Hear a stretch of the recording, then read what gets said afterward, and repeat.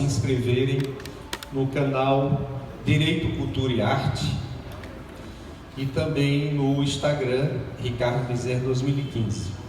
Por que esse convite? Porque esses dois instrumentos, eles agregam normalmente os equipamentos, os valores, os artigos, as playlists, tudo que é feito em relação a direito, cultura e arte. Esse tema é muito abrangente porque envolve todos os segmentos culturais, todas as atividades jurídicas, porque elas estão interligadas. Eu vou pedir aos nossos ilustres artistas para abrirem espaço aí para a tela. Muito obrigado. Agradecer a vocês pela excelente apresentação. Com certeza agradou em cheio, principalmente por ser jovens. Não, Luizinho, nós estamos indo, precisamos de alguém chegando. Mas aqui eu trago para vocês uma pequena apresentação. Quem é Ricardo Bezerra? Advogado, escritor, Academia Brasileira de Direito, Academia Paraibana de Letras, outras instituições, e a citação do livro que está na sua segunda edição.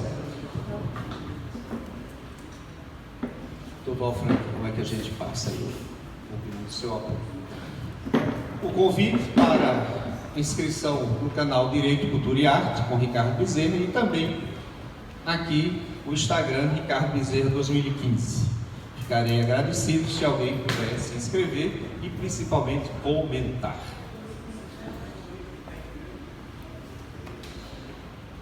O título específico da obra é Licitação e Cultura, mas a palestra ela é uma outra abrangência: empreendedor artístico, licitação e contratação pública nas leis 866/93 e 14133/21 e privada, ou seja, o foco aqui é o empreendedor artístico, seja ele pessoa física, pessoa jurídica, o gestor público e a empresa privada, porque infelizmente nós vivemos em um país onde a legislação não é aplicada, e não é aplicada muitas vezes por culpa do próprio artista e diversas vezes pelo malabarismo do empresário. Doutor Alfredo, a Unesco ela faz uma expressão sobre o que é patrimônio cultural e material, que consiste em práticas, representações, expressões, conhecimentos e técnicas, junto com os instrumentos, objetos, artefatos e lugares culturais que lhes são associados, que as comunidades, os grupos e, em alguns casos, os indivíduos reconhecem como parte integrante de seu patrimônio cultural. Por que essa definição da Unesco? Porque é preciso que a gente tenha conhecimento do que é cultura, que hoje muita gente está deturpando a palavra cultura, e é preciso que tenhamos a cultura como a sua essência, o que consiste a cultura. Então essa definição da Unesco, ela é muito importante para esse momento de introdução.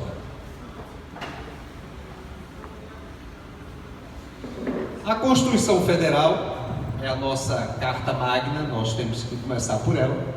Ela traz no seu artigo 212 o que constitui patrimônio cultural brasileiro, os bens de natureza material e imaterial. Essa questão de bens imateriais tem sido muito discutido e as pessoas fazem grande referência, porém elas não querem dar tratamento jurídico que deve ao bem patrimônio imaterial. Isso aqui é uma provinha dos 9. Então nós temos aí na Constituição as formas de expressão, os modos de criar, as criações científicas, as obras, objetos e documentos, os conjuntos urbanos e sítios, o poder público com a colaboração da comunidade. Isso aqui para que vocês tenham ideia. Essa palestra de hoje, se a gente for realmente trabalhar, ela vai ser um workshop, ela vai ser um curso, ela vai ser algo mais extenso, porque aqui a gente apenas consegue dar umas pinçadas nesse material. Aí nós temos um decreto. Eu não quero me estender bem nessa parte de legislação, porque eu sei que tem artistas aqui muito importantes, não querem saber de lei. Nós temos pessoas bem importantes que vivem com a lei, mas a gente tem que dosar, porque sem essa base aqui, vocês não vão conseguir entender um pouco daquilo que eu vou dar uma reflexão futura. Então nós temos um decreto que ele institui o registro de bens culturais de natureza imaterial que constitui o patrimônio cultural brasileiro e criado o Programa Nacional do Patrimônio Material. Então vem aqui dizendo o que é, aonde vai ser registrado os bens culturais, livros de registro de saberes, celebrações. Então aqui traz esse rol de instrumentos aonde esses bens vão ser efetivamente registrados. Aqui, aonde eu vou, dependendo da região, eu busco algo que vá dar sustentação à tese. Nós estamos em Campina Grande, nós estamos na terra do forró. Posso dizer isso? Posso, programa? Terra do forró? Então, o forró vem ali em destaque. Quais são alguns bens imateriais registrados pelo IPHAN? Então nós temos aqui uma gama de bens que foram registrados como bens imateriais. E o forró vem ali como destaque, como bem imaterial. E todo mundo achava que o forró, patrimônio material, principalmente os forrozeiros, estariam salvos. Mas muito pelo contrário.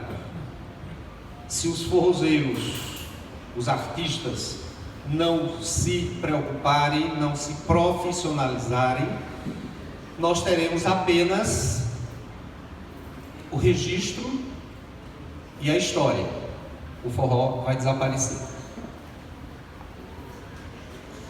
Forró como patrimônio imaterial brasileiro por unanimidade, no dia 9 de dezembro de 2021, coisa bem recente. E o forró é antigo. Aí nós temos aqui supergênero por agrupar ritmos e expressões musicais, como o baião, o xote, o chachado, o chamego, o miudinho, a quadrilha e o arrasta-pé. Por que isso aqui? Para que vocês gravem bem o que é forró.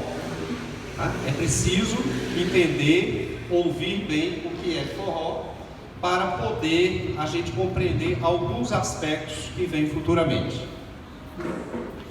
Decreto 3.551 de 2000 compete ao IPHAN.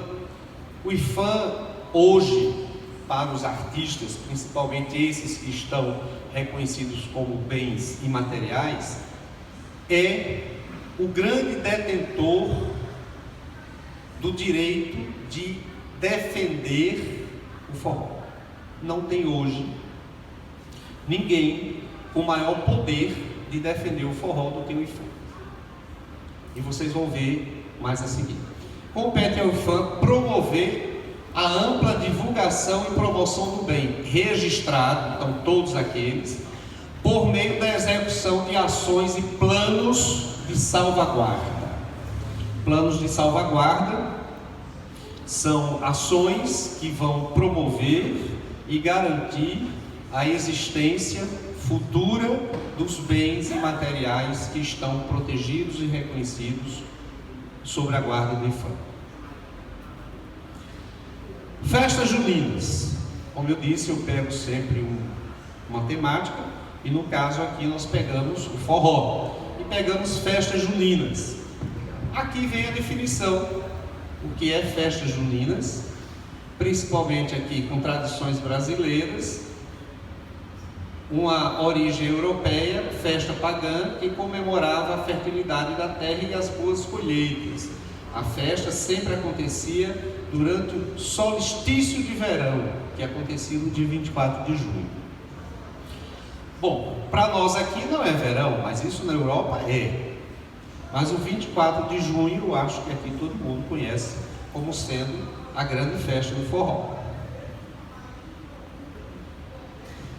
Principais características de festas juninas. O que é que tem a festa junina? Bandeiras, bandeirolas, balões, fogueira, fogos, artifícios, são itens que caracterizam o ambiente da festa junina. Existem ainda algumas brincadeiras e práticas às quais os convidados são submetidos: pau de sebo, lavagem dos santos, correio elegante, casamento caipira e outros. Aí o procurador vai dizer por que ele está falando tanta coisa dessa natureza aí. Mas é porque lá na frente a gente vai entender justamente o que é a contratação do artista dentro da esfera pública. Contratação de artistas para festas juninas. A lei, ela é bem clara, ela define razão da escolha. Razão da escolha é quando eu vou escolher um artista para uma determinada festa. Então, as duas leis, nós temos a 866/93, que é a anterior, ela já previa a razão da escolha. E a 14133 também prevê a razão da escolha. Porque eu não posso fazer uma festa e não justificar a contratação de um artista para aquela determinada festa. O artista deve ser escolhido conforme o evento que será realizado. Volto à expressão forró.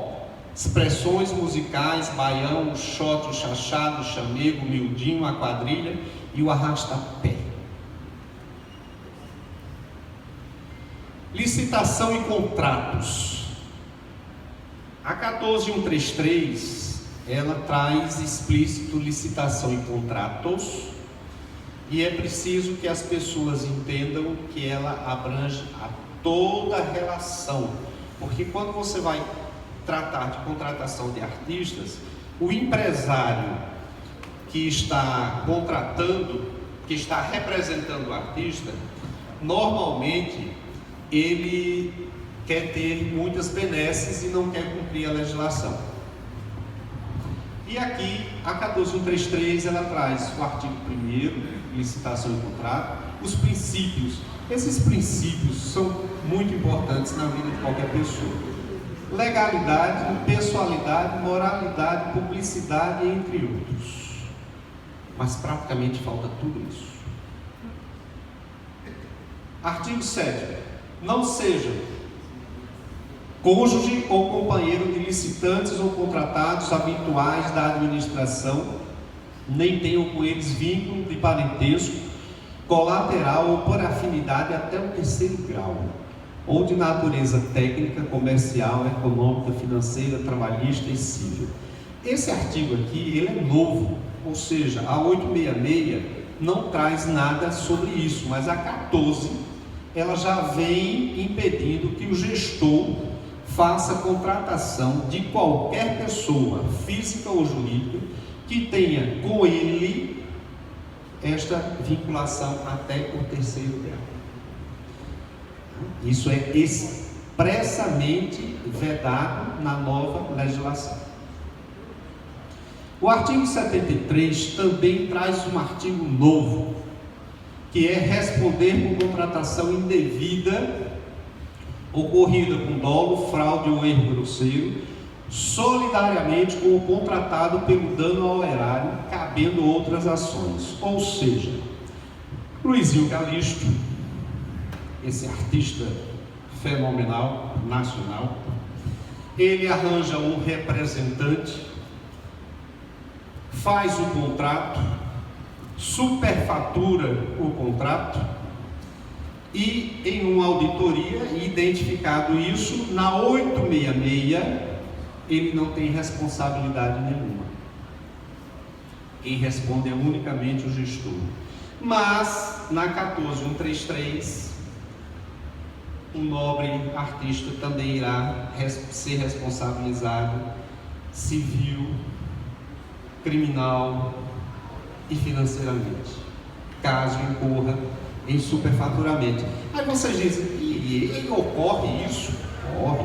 Ocorre a 14133, eu digo que é uma lei quase perfeita, porque não existe perfeição em legislação, mas ela é muito boa e vocês vão ver o porquê. No artigo 94, cria-se o Portal Nacional de Contratações. Hoje nós publicamos tudo que é feito nos municípios, eu sei que tem 2 pessoas aqui de município, nós temos do Estado e na União a publicação nos diários oficiais. Tudo que for de licitação e contrato, porque não existe nenhum contrato sem licitação, vai ter que ser publicado no Portal Nacional, ou seja, acaba-se a publicação apenas em uma região, em uma cidade, em um estado. É tudo em uma publicação nacional agora. Mas quando a gente vai para superfaturamento de artista, acontece? É facílimo de acontecer. Mas a 14133 ela botou o freio grande. Qual? Tudo isso aqui agora vai ter que ir para nota fiscal. Cachê dos artistas, dos músicos ou da banda, transporte, hospedagem, infraestrutura, logística do evento e demais despesas. Ou seja, Luizinho Calixto, vou usar muito seu nome hoje, viu? Luizinho Calixto, quando é contratado, está em São Paulo, vem para Paraíba, a contratação dele tem que dizer qual foi a forma de transporte, quem pagou, os músicos que vão tocar com ele, quem vai pagar é o Estado, é o órgão, é ele, quanto vai ser pago para cada músico dele, quanto ele vai receber, quanto a empresa vai receber, porque tudo vai cair na malha fina agora da receita. A nota fiscal, a nota de empenho, ela vai ter que ser expedida detalhadamente, todos os músicos da banda de Luizinho e quanto cada um está recebendo. Então isso aqui vai dar uma transparência que antigamente não tinha, porque antes o cachê de Luizinho 50 mil, a gente contratava por 100 mil, por conta dele, hospedagem, alimentação, banda, o que fosse. Aqui a partir de 1º de abril acaba. A festa do boi acaba. Credenciamento. Credenciamento na 866 era uma construção jurisprudencial aonde nós fazíamos credenciamentos, editais para contratação e chamamento de artistas. A 14133 pegou isto e transformou em um artigo. É novo. Credenciamento, processo administrativo, chamamento público, em que a administração pública convoca interessados em prestar serviços ou fornecer bens para que, preenchidos os requisitos necessários, se credencie no órgão da entidade para executar o objeto quando convocados. O que acontece aqui? Esses requisitos, eles precisam estar bem expressos, explícitos, de como se vai convocar um artista. Mas eu diria que você está falando é só para a administração pública? Não.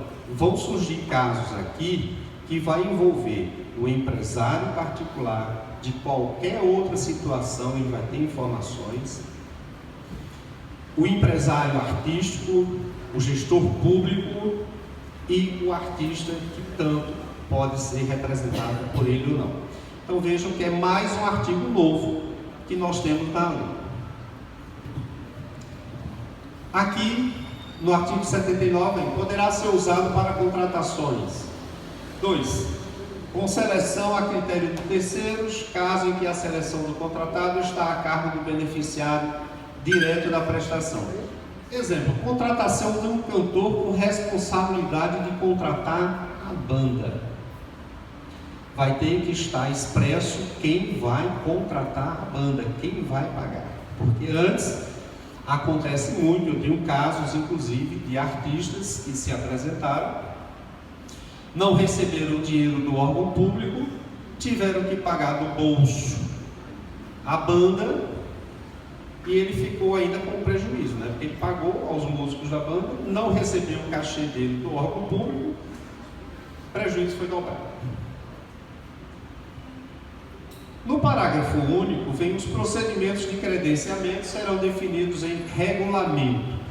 O que é que eu chamo a atenção dessa palavra regulamento? O Tribunal de Contas de São Paulo acabou de fazer uma notificação de que nenhum órgão público da área pode contratar pela 14133 sem que esteja com todos os artigos da 14133 que carecem de regulamentação regulamentados. Isso o Tribunal de Contas fez esta semana em São Paulo. O Tribunal de Contas da Paraíba já emitiu para os órgãos públicos que providenciem os regulamentos, porque com certeza também vai haver o impedimento legal de se aplicar a lei a partir de 1º de abril. Parágrafo único. Os procedimentos de credenciamento são definidos em regulamento. Então vem de novo regulamentar. A administração deverá divulgar e manter à disposição do público em sítio eletrônico oficial edital de chamamento de interessados, de modo a permitir o cadastramento permanente de novos interessados. Cadastramento, não existe um cadastramento que eu vou abrir hoje e fechar amanhã. Cadastramento, ele é permanentemente aberto. A oportunidade de se tratar, de contratar artista na administração pública tem que ser permanente. Na hipótese do inciso 1 do capítulo deste artigo, quando o objeto não permitir a contratação imediata e simultânea de todos os credenciados, deverão ser adotados critérios objetivos de distribuição da demanda. Ora, vou contratar como gestor 10 músicos, abro um credenciamento, eu tenho 20 músicos cadastrados.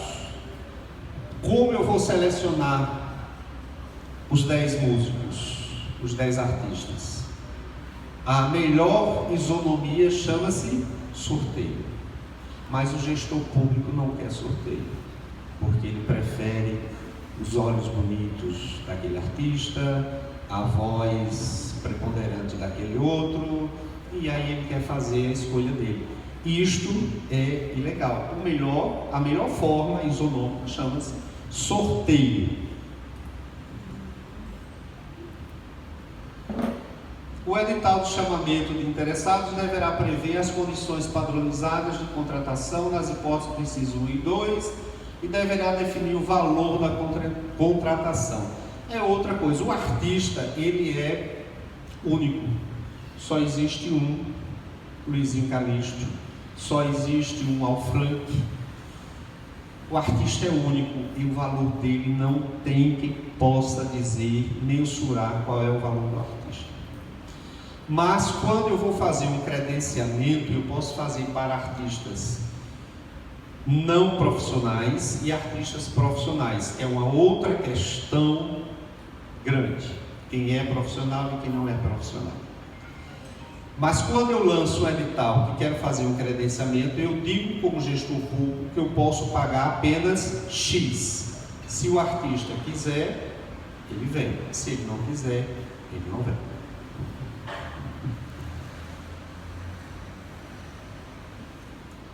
Justificativa do preço é um outro requisito básico que está na 866 e na 14133.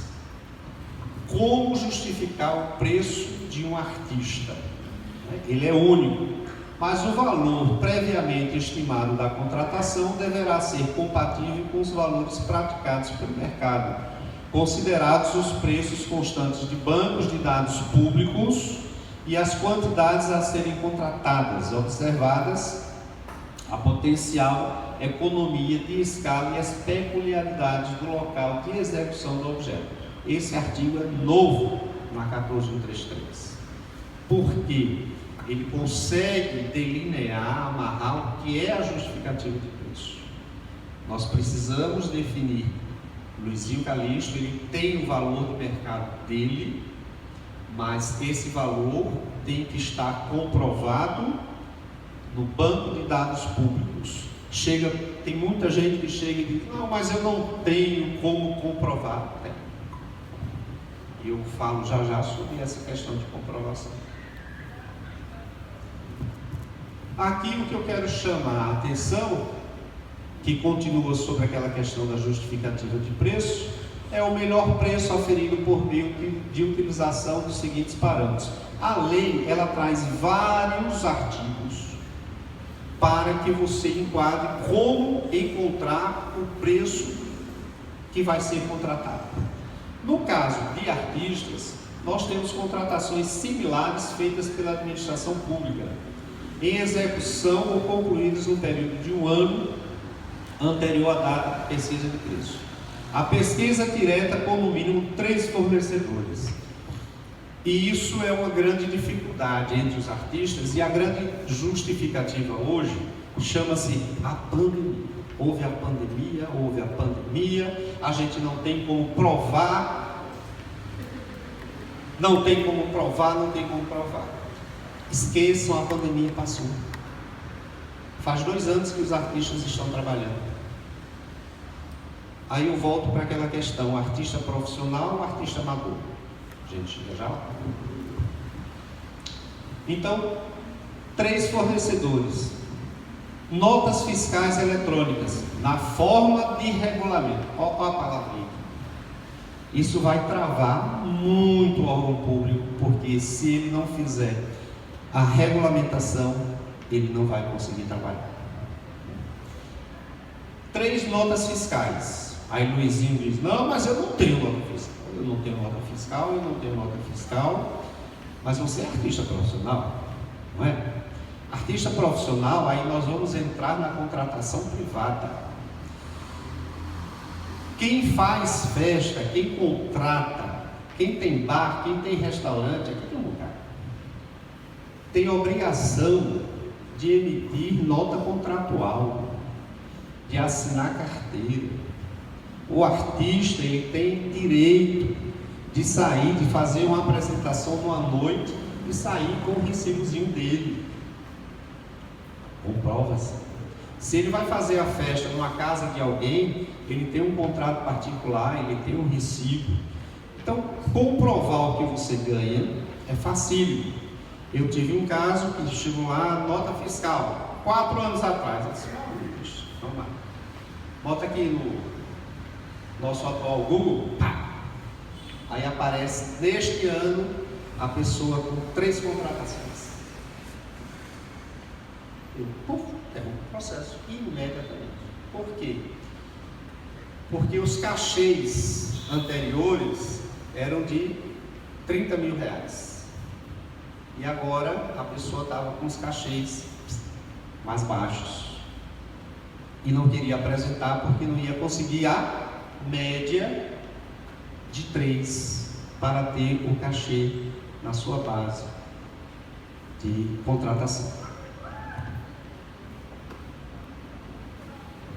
Continuando sobre a justificativa de preço, na contratação direta por inexigibilidade ou por dispensa, quando não for possível estimar o valor do objeto, o contratado deverá comprovar previamente as contratações semelhantes, objeto da mesma natureza, notas fiscais emitidas para outros contratantes no período de até um ano anterior à data da contratação pela administração.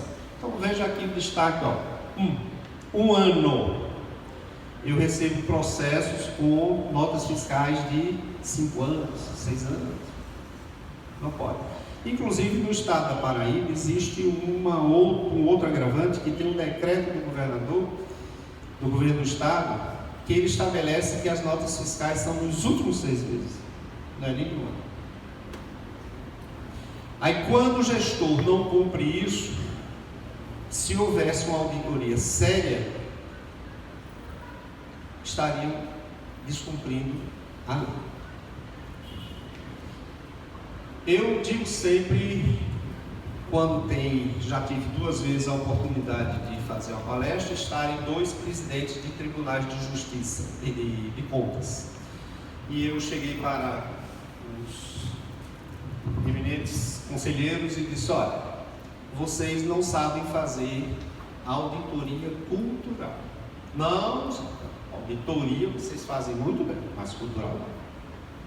Porque se vocês forem fazer uma auditoria cultural, não precisa olhar muito. Olhou, vocês pegam 80% dos gestores estariam devendo dinheiro de muito, não é pouco. Contratação direta, inexigibilidade. Aqui é outro artigo novo, 72. O processo de contratação direta, que compreende os casos de inexigibilidade. Inexigibilidade é exclusivamente para artista. Exclusivamente. Aquilo que não se enquadra como artista, como único, não pode ser contratado por inexigibilidade. Vou formar uma comissão julgadora. Então eu quero botar professor Freire na banca, contratação por inexigibilidade. Não, ele está prestando o serviço. Ele não é artista. Assim de contratação.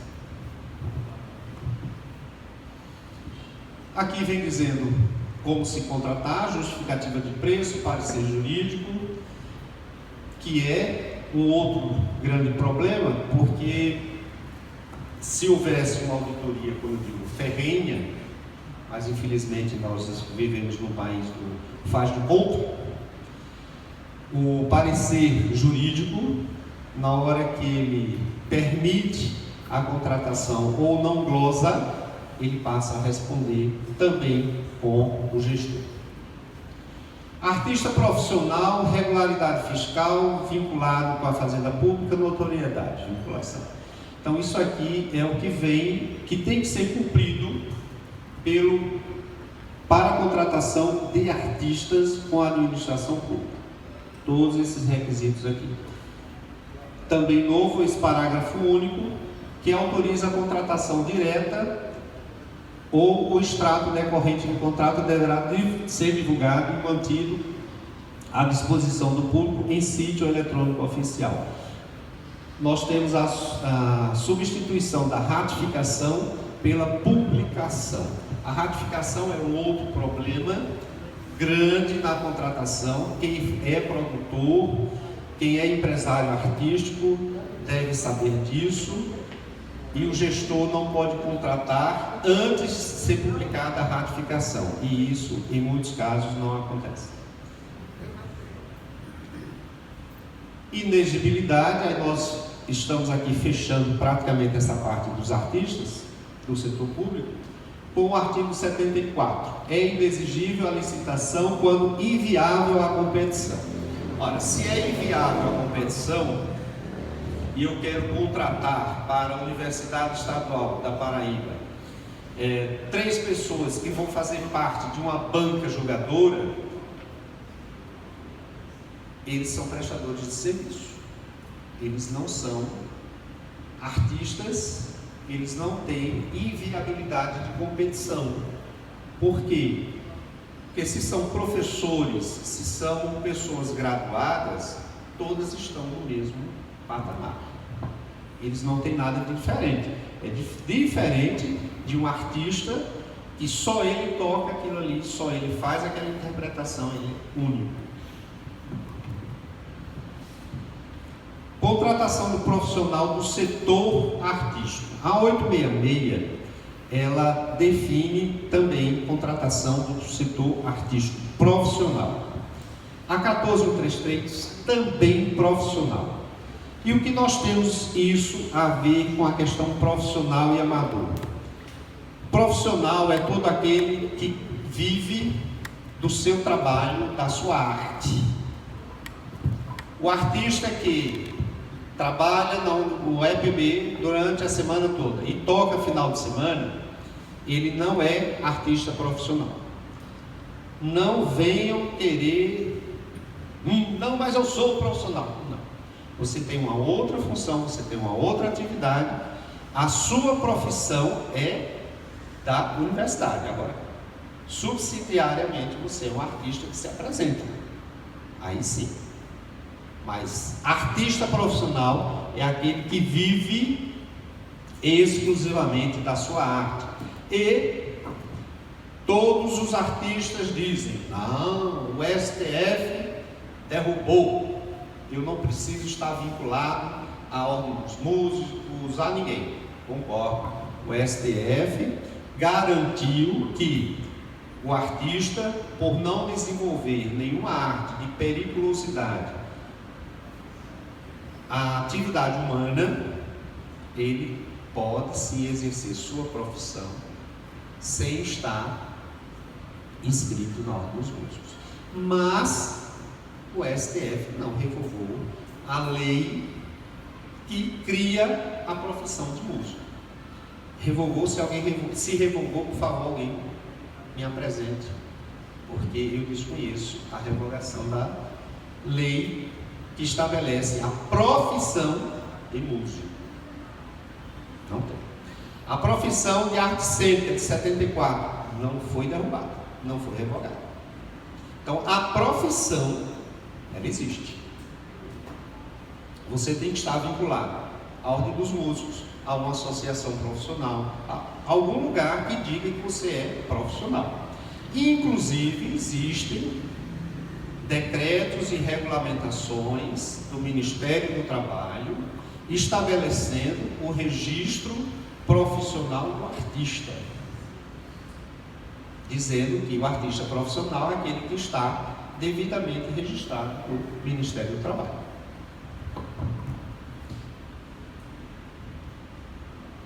Aqui nós encerramos essa parte, porque é a vacatio legis. Foi citado que a 866 ela está se acabando. A partir do dia 1º só existe a 14133. Então os municípios principalmente precisam estar com eles regulamentados. E eu chamo a atenção dessa regulamentação porque você pega um tribunal regional do trabalho, como já existe, com a regulamentação completa, e eles praticamente não fazem contratação de artistas, mas já estão devidamente regulamentados. E aqui apenas citando que a partir de 1º de abril nós estamos com a 14133 em plena vigência. E vocês vão ver qual vai ser o grande gargalo da 14133. Aliás, da 14 não, dos gestores. Sustentabilidade.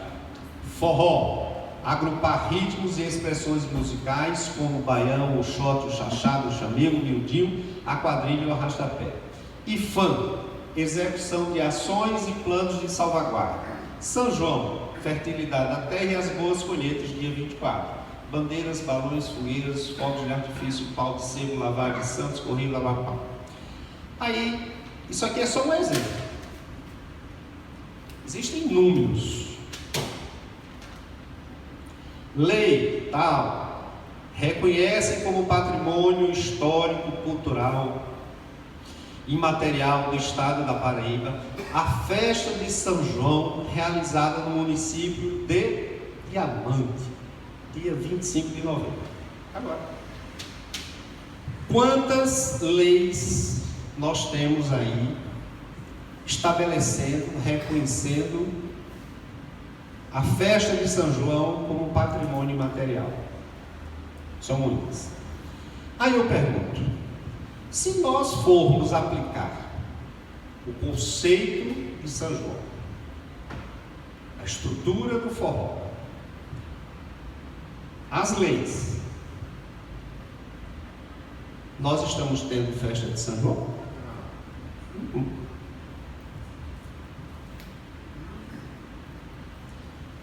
Aí dizem, não, mas nós estamos fazendo festa multicultural. é aquele mal do brasileiro. Ele tem que dar um jeitinho para tudo, né? Então eu vou fazer um jeitinho, eu boto multicultural, aí engana e foge da legislação. Para que uma lei dizendo que o São João é um bem cultural e material? Não é nada, efetivamente nada, porque de duas mãos, você rasga aquilo ali, ou você pega aquilo, fundamenta com o resto e questiona a realização das nossas festas tradicionais. Aí eu faço uma pergunta a todos. Oktoberfest, entra forró?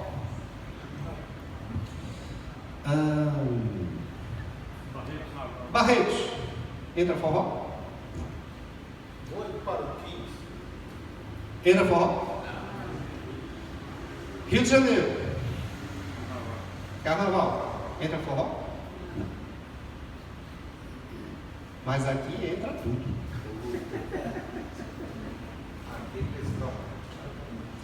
O IFAM, exigir do TCU a razão da escolha. Aí eu coloco, digo sempre, na hora que o IFAM é o guardião do forró, porque ele é quem está detendo o patrimônio imaterial, ele é o representante para exigir do TCU essa palavrinha, a razão da escolha. Se eu vou fazer uma festa, eu tenho que contratar os artistas, isso no setor público. Setor privado, eu faço na minha casa o que eu quiser, mas no setor público, não. Exigir o cumprimento da razão da escolha.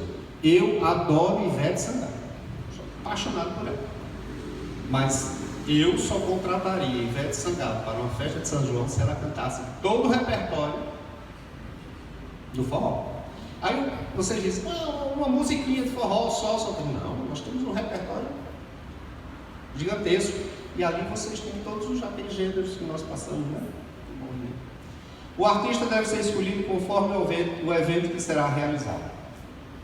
IFAM é o que tem legitimidade direta para questionar qualquer coisa. O povo pode fazer uma ação civil pública. Salvaguarda, sobrevivência do artista. Se não fizer isso, o artista vai morrer e o patrimônio imaterial vai ser apenas história. Eu, como historiador, vou adorar fazer pesquisas históricas sobre o forró. Bem imaterial é história. Política de cachê, nós temos cachê do artista, notas fiscais, aquilo que eu falei. Órgão público, disponibilidade orçamentária e financeira, porque ele não pode contratar se ele não dispor de orçamento e finanças. Valor por categoria, se for edital. Super cachês, os tribunais de contas, festa multicultural, voltou aí o tempo. Capacidade orçamentária e financeira, atração de mídia, projeção política do gestor, quem é que luta? Funcionamento das políticas públicas, saúde e educação. Eu sempre questionei aqui, e eu tive no Tribunal de Contas há 15 dias mais ou menos, uma entrevista do presidente que bate palmas. Ora, eu ouço rádio, não sei aqui quem é que... É fácil você ligar um rádio 7 horas da manhã, 6 horas, todo mundo, olha, o posto tal não tem médico, a unidade de saúde não tem remédio, não sei quem, está tudo falido. O Tribunal de Contas estabeleceu uma tarefa, porque o gestor ele tem o peito aberto em dizer que eu estou aplicando 12%, que a lei determina, estou aplicando tantos por cento na educação, na saúde, estou aplicando lá os números, mas em loco você não tem remédio, você não tem médico, você não tem nada. Ora, se eu estou com a saúde e a educação sem condições de funcionar, Eu tiro por João Pessoa. Quem disser que a saúde de João Pessoa e a educação estão em patamares excelentes, eu pergunto, qual é o filho de secretário, de gestor que está na escola pública? Se tiver um, a escola está muito bem. Mas se não tiver, a escola não está bem. Aí eu vou, com essa falência que nós temos, aí eu vou fazer festas milionárias. Vou fazer festas milionárias, contratando artistas com cachê altíssimo e normalmente com aquele cachê embutido que acontece. Olha, são os funcionamentos das políticas públicas falidas. Quem é que vai lucrar com isso aqui? O gestor. É um palanque político que ele faz em toda a festa que ele promove. Quem lucra é o gestor. Eu fiz a festa, eu trouxe a Loki, eu trouxe Safadão, eu trouxe... Então, é muito bom lucrar nessas condições no sacrifício da comunidade. Aí vem a capacidade orçamentária e financeira. Se eu não tenho condições de dar isso aqui com base, como é que eu vou fazer uma festa multicultural? Sistema de planejamento e gerenciamento de contratações. Decreto 10.947 de 22. Regulamenta inciso 7 do caput do artigo 12 da lei. O que é que isso aqui vai traduzir? A 14133, eu tinha falado antes, ela vai frear toda licitação e contratação por uma palavrinha: planejamento. A 14133, eu bato palmas para ela porque ela bota assim um monte de freio. O gestor, ele tem que este ano fazer o seu planejamento de quantas festas ele vai fazer, quais festas ele vai fazer, quanto ele vai gastar durante o ano inteiro, e tem que publicar este ano. Se ele não fizer isso, o processo que ele abrir no próximo ano vai ser glosado, de preferência pelo procurador. Se não fizer, o procurador vai responder, porque a lei exige o planejamento antecipado e publicado. Não é simplesmente, eu vou fazer uma festa agora, eu vou fazer uma... Inclusive, se ele quiser alterar todo o projeto dele de planejamento, ele vai ter que, em um período, fazer a alteração e publicar, porque está fazendo remanejamento para quem publica. Então, o planejamento vai ser um grande entrave da gestão pública no próximo ano, a partir do próximo ano, porque muita gente ainda vai dizer, mas estamos em pandemia, não deu tempo de implantar, não deu tempo de fazer, aí as desculpas esfarrapadas da nossa gestão pública. Documento de formalização da demanda é uma outra questão, porque tem gente usando termo de referência como documento de formalização, mas não é, outra situação. Plano de contratações anuais é justamente esse planejamento, que ele tem que estar publicado um ano antes. Setor de contratação, que é o planejamento. Então veja que tudo aqui fecha no planejamento. Primeira quinzena de maio de cada exercício. Ele tem que estar para o próximo ano, não é para o ano decorrente, não, para o próximo. Conter todas as contratações para o exercício subsequente. Ou seja, se estivéssemos com a lei totalmente em vigência, este ano, em maio, para 2023, tinha que estar planejado e publicado. Elaboração do plano de contratação anual, inexigibilidade de contratos, integração com o planejamento orçamentário, disponibilidade orçamentária e contratação de serviços. Isso aqui envolve toda a parte de contratação. Outra coisa que surge, que vai inclusive de alerta para Todos os empresários. Quem é empresário aqui sem ser do ramo artístico? E do ramo artístico também. Chama-se LGPD. Alguém já ouviu falar dessa palavrinha? Lei Geral de Proteção de Dados. A Lei Geral de Proteção de Dados, ela envolve qualquer botequim de esquina que tenha CNPJ. Eu tenho que dizer como os dados vão ser tratados. Eu falei aqui muito de contratação de artistas. O Estado, o órgão público, ele tem que dizer se eu vou contratar, os dados dele aonde vão ficar, até quando vão ficar, para quem vai ficar e quando vão ser desarquivados, extintos. Porque se vazar, o órgão responde. E eu tenho um caso concreto de um servidor público, quando pegou o contra-cheque, 400 e pouco de desconto. Opa! Fizeram um empréstimo no nome dele, o dinheiro não entrou na conta dele e ele está pagando o empréstimo. Ou seja, esse dado dele saiu de onde? É isso que eu estou buscando via judicial. A empresa já ligou, quer fazer um acordo, eu disse, não, eu quero saber como chegou a informação para ser feita a contratação.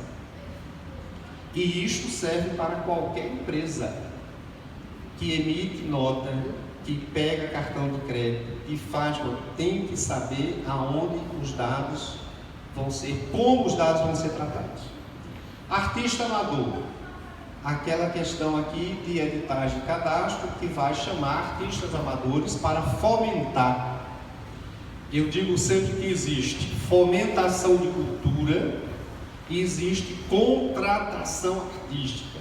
Fomentar a cultura é você pegar artistas que não têm projeção, permitir que eles sejam contratados por via de edital de chamamento, aonde eles vão ter o direito de notoriedade, vão ter a condição de notas fiscais para serem contratados por inexigibilidade. Artista profissional, ele precisa ter um órgão de classe, OMB, associação, sindicato, ele precisa passar por uma capacitação empresarial para a contratação, porque nós temos hoje Luizinho Calixto, ele vai ser contratado pela UEPB para um show por inexigibilidade. Ele tem dois caminhos: ou ele vai ser contratado pessoa física, ou ele vai ser contratado via pessoa jurídica. Vocês acham que ele prefere qual? Alguém chuta? A jurídica. Por quê? Eu vou pagar menos impostos. Se ele for ser contratado pessoa física, o imposto aumenta, então ele prefere ser contratado através de uma representação. Aí vem o problema: quem vai representá-lo?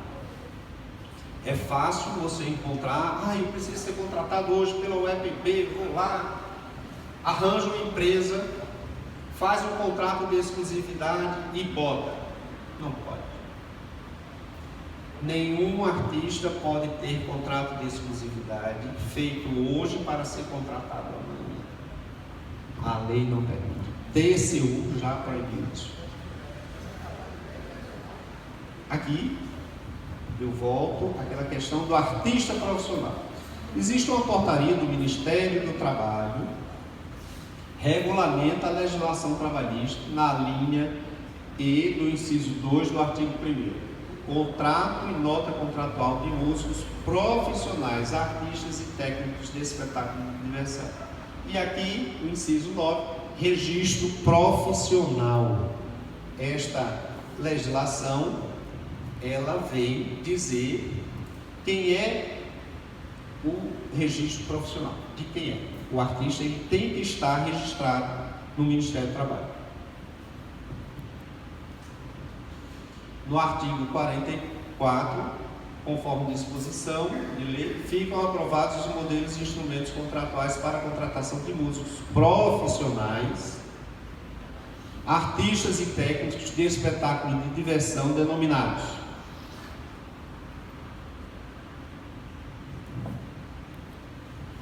contrato de trabalho e a nota contratual. A nota contratual, ela surge muito porque ela tem que ser feita por empresários.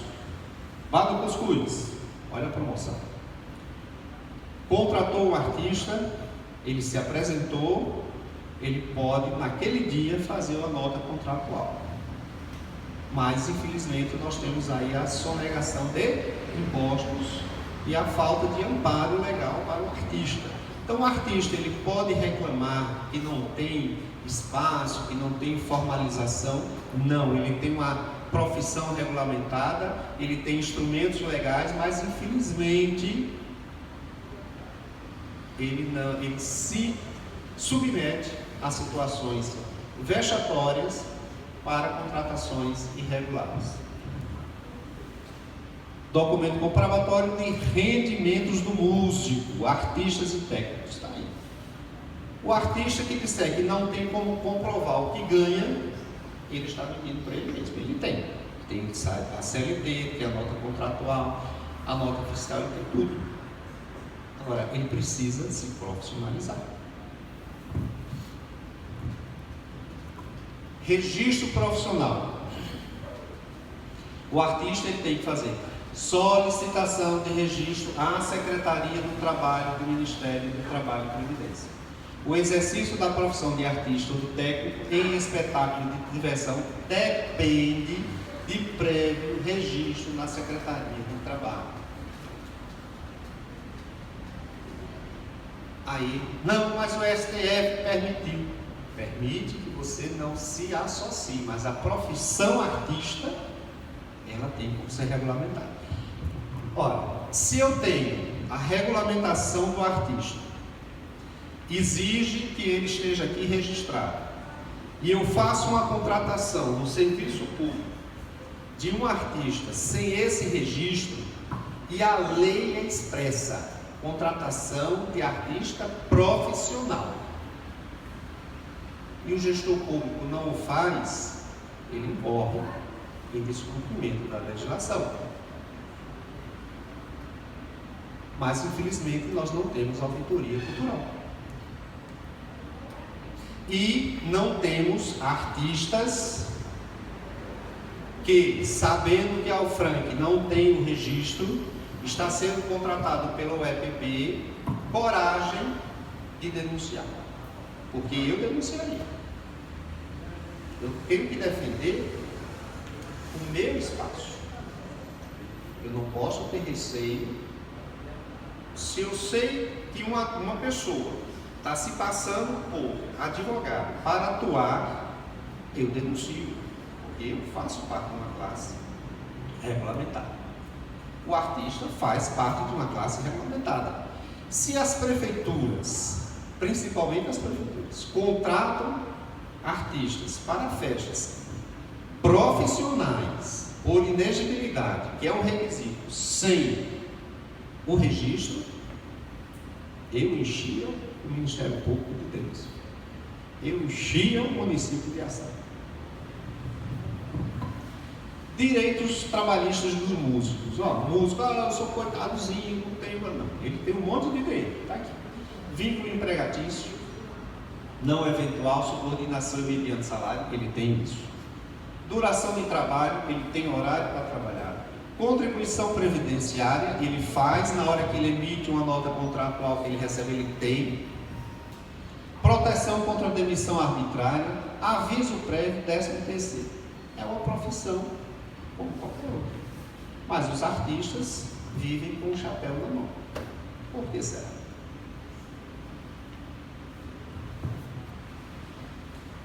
Eu começo a finalizar com questões de propostas que o livro ele traz fruto de pesquisas, palestras, e surgem deputados, surgem senadores que ficam, mas como é que eu vou resolver isso? Nós tivemos isso em Campina Grande, naquele evento que estava o senador Maranhão e Venécia. Então, uma das propostas, estabelecer critérios de rodízio de contratação de artistas profissionais. Ora, na hora que eu faço parte de uma gestão pública e eu só contrato Luizinho, isso chama-se favorecimento. Eu tenho que ter uma política pública de contratação de artistas. Como? O quê? Profissionais em eventos públicos, evitando o favorecimento, inserir reserva legal no mercado de artistas locais para eventos públicos, valorizando e permitindo a fomentação do artista local e regional. Então, o gestor público que chegar para mim e dizer, mas eu não tenho como fazer, não, você não quer enxergar, é diferente. Mas você tem. Você quer valorizar o artista de Campina Grande? Você tem 1000 formas. Agora, você quer contratar os seus, aí você contrata os seus. Fomentar festivais culturais na rede pública de ensino com calendário oficial anual. Estabelecer que em eventos públicos de cunho regional ou de manifestação cultural específica tenha na razão da escolha os artistas a obrigatoriedade de apresentar repertório que atenda ao referido evento. Exemplo, eu adoro a Alok, eu adoro a boate. Agora, a Alok tocar no São João, ele viesse tocar forró. Quem teria que exigir era eu apresentar a Alok forró. Aí sim, aí eu digo que você estaria fazendo uma festa digna. Outra proposta, catalogação por mapeamento geográfico do mestres detentores dos saberes e práticas. Você pega justamente esses mestres, esses detentores, como eu vou contratar um artista desse? Ele não tem notoriedade porque está esquecido, ele não tem nota fiscal, não tem nota contratual, não tem nada. O que é que eu vou fazer? Olha, faça uma política pública para mapear e fazer com que eles tenham acesso às contratações. Isso aqui vai dar notoriedade, permitindo que se profissionalize e tenha valorização do cachê. Reserva de mercado nos eventos públicos ou eventos privados que tenham recursos oriundos dos cofres públicos.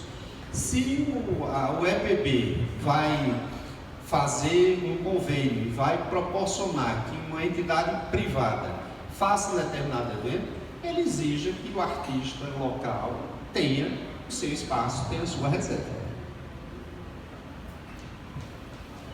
Esse aqui foi o mais emblemático, que foi justamente a questão da 866, esse de Campina Grande, e quando os dois chegaram, estava justamente nessa discussão, como fazer a questão das festas, e não é travar, é proporcionar que a festa ela tenha aquele sentido efetivo.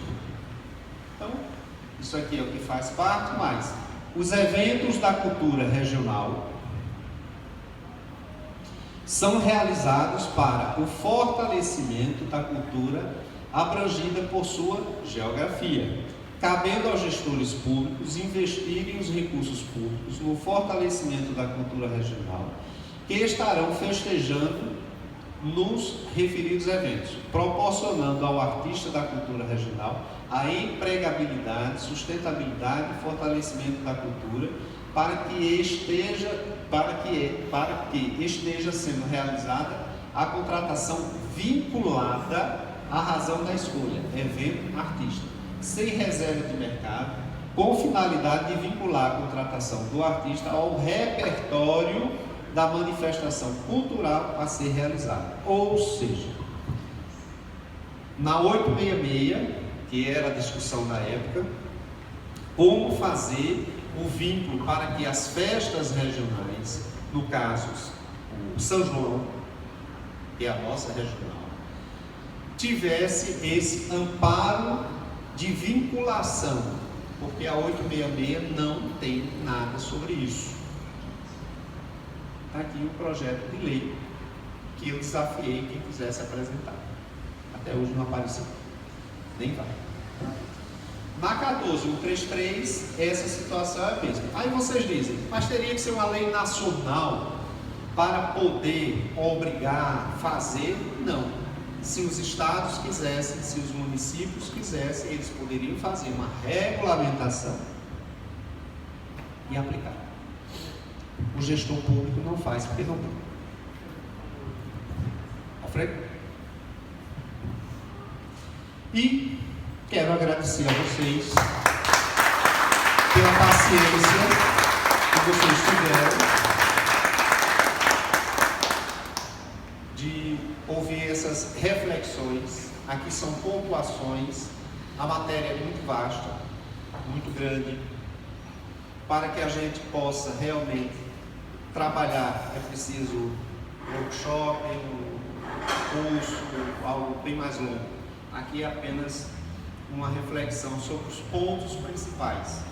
E quando eu coloco no início a questão do empreendedor artístico, ele envolve todos os segmentos: o segmento privado, o segmento público, o gestor, o empresário, o artista, porque eles precisam ter informações de LGPD. Hoje as pessoas não estão dando ainda a devida importância à Lei Geral de Proteção de Dados.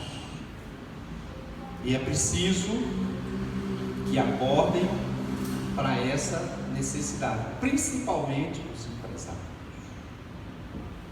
se adequarem à LGPD, porque cada dia ela vai dando fôlego, as multas são altíssimas e muitos poderão quebrar só por causa das aplicações de multas.